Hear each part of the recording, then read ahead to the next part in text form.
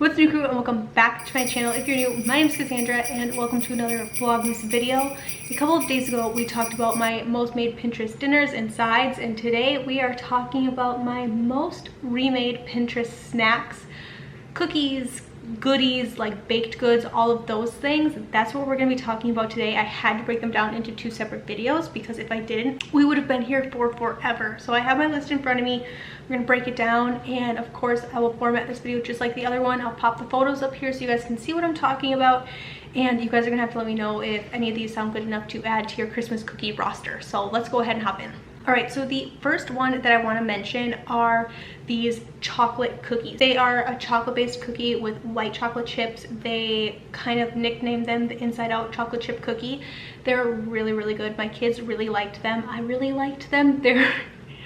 It's just something different, mix it up a little bit, and it was just really fun. So I thought that this one might be fun to add to your Christmas cookie roster. But they taste really good. They're pretty moist. They lasted not that long because my kids like them so much, but I would recommend them. I think our top remade cookie for the kids were these Funfetti cookies. It's just a sugar cookie and then you throw in whatever sprinkles you have.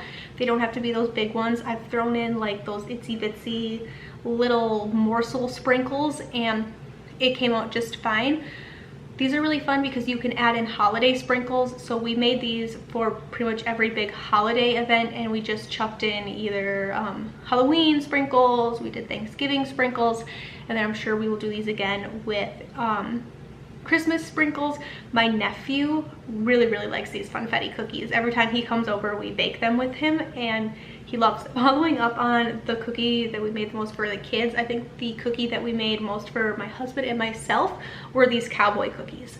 They are so good. I was a little hesitant to make them the first time because there are so many ingredients that it says that you need. Like you need chocolate chips, walnuts, coconut, and I keep all those things in my house on a regular basis anyways, but I know not a lot of people do. I just don't add in the walnuts or whatever nut that it calls for because my husband doesn't like nuts in his cookies unless it's like a chocolate macadamia nut cookie.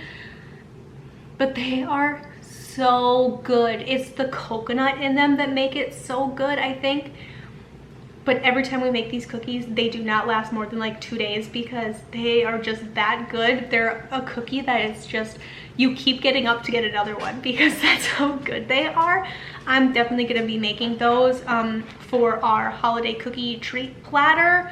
We're starting a new tradition this year between my husband and all of his siblings and their families. He's the 6th of 7 children, so all 7 of our families are going to be bringing, all 7 of the siblings are going to be bringing in like a cookie or a candy that they're making, and we're going to put it on the buffet behind me here and make a big cookie and candy platter.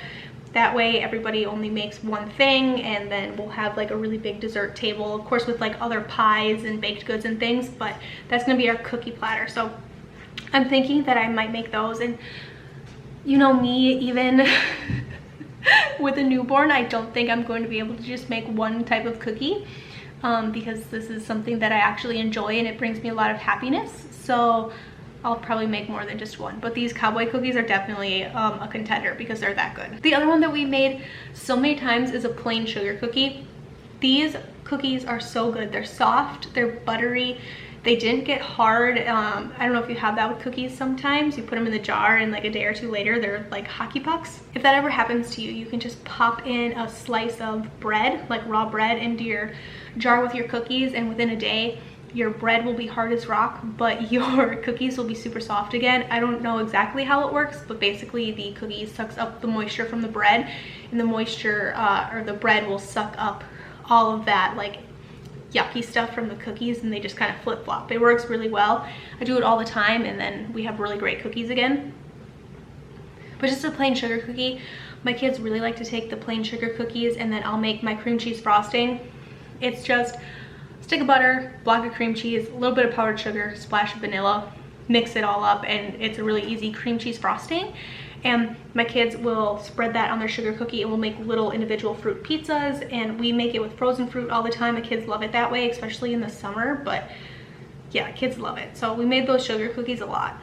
These no-bake peanut butter bars We didn't make these until I think like June or July, but then they became a staple. My kids really really like to have these, especially to throw in lunches, because we pack our lunches at home. I don't think I ever really talk about that, but we do send our kids to school with packed lunches, and then we just put our own homemade treats and stuff in there, because buying treats from the store to put in lunch boxes all month long can be really expensive. I of course will buy like a box of Little Debbie's Christmas cakes to put in their lunchbox like randomly throughout the month of December, but to have something in there every single day, that would just be an astronomical expense. So we make ours here, and then the kids get to pick and play a little bit more of a active role in what's going in their lunch boxes, because they help make them.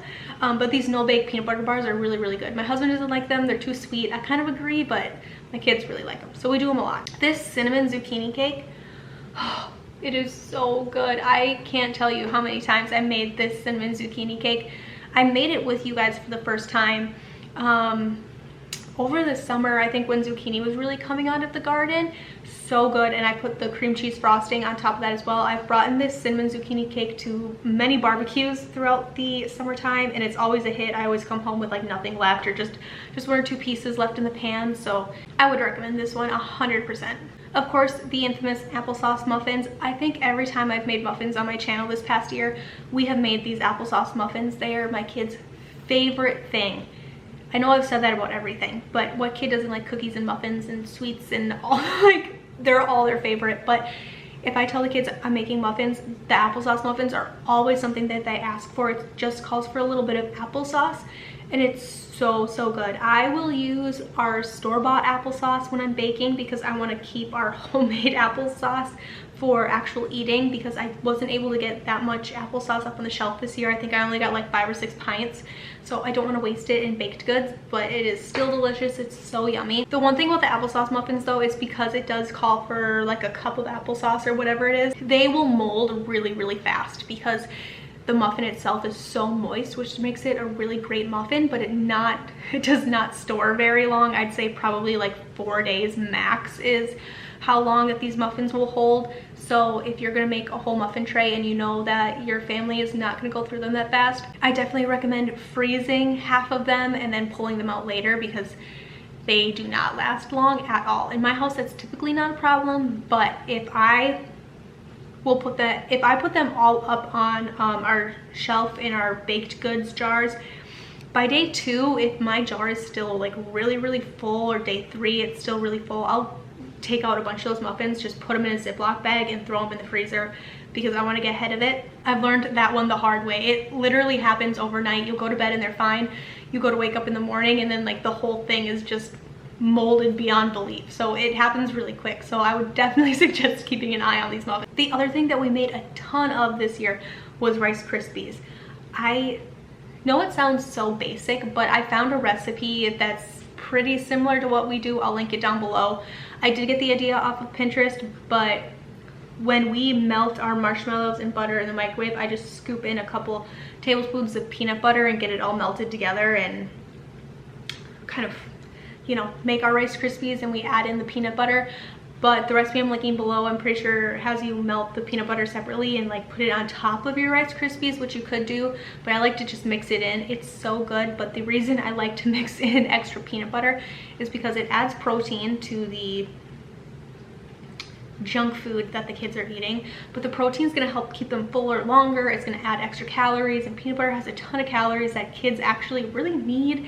It's going to help keep them full longer, all of those things, so that they're not just like snacking and snacking and snacking. It actually has some bulk to it, but it still keeps it really light and really fun and delicious. And then if you wanted to, you could definitely melt some chocolate and pour melted chocolate on top of your peanut butter Rice Krispies, and it would probably taste really similar to like a crunchy Reese's Pieces or something. That would be another thing that I think would be really fun to make for the holidays. Just like that. That is all of the baked goods treats things that I found on Pinterest this year that we made all year long constantly, or like the second we found the recipe, it was a go-to. The kids kept asking for it. Thank you guys for taking a little bit of time out of your day to hang out with me. I hope you guys are enjoying these Vlogmas videos, and I cannot wait to catch you guys tomorrow in another one. Bye. It's so funny because the day I'm filming this, it's actually Halloween. I've been pre-filming some videos because you have to get ahead for Vlogmas. You have to.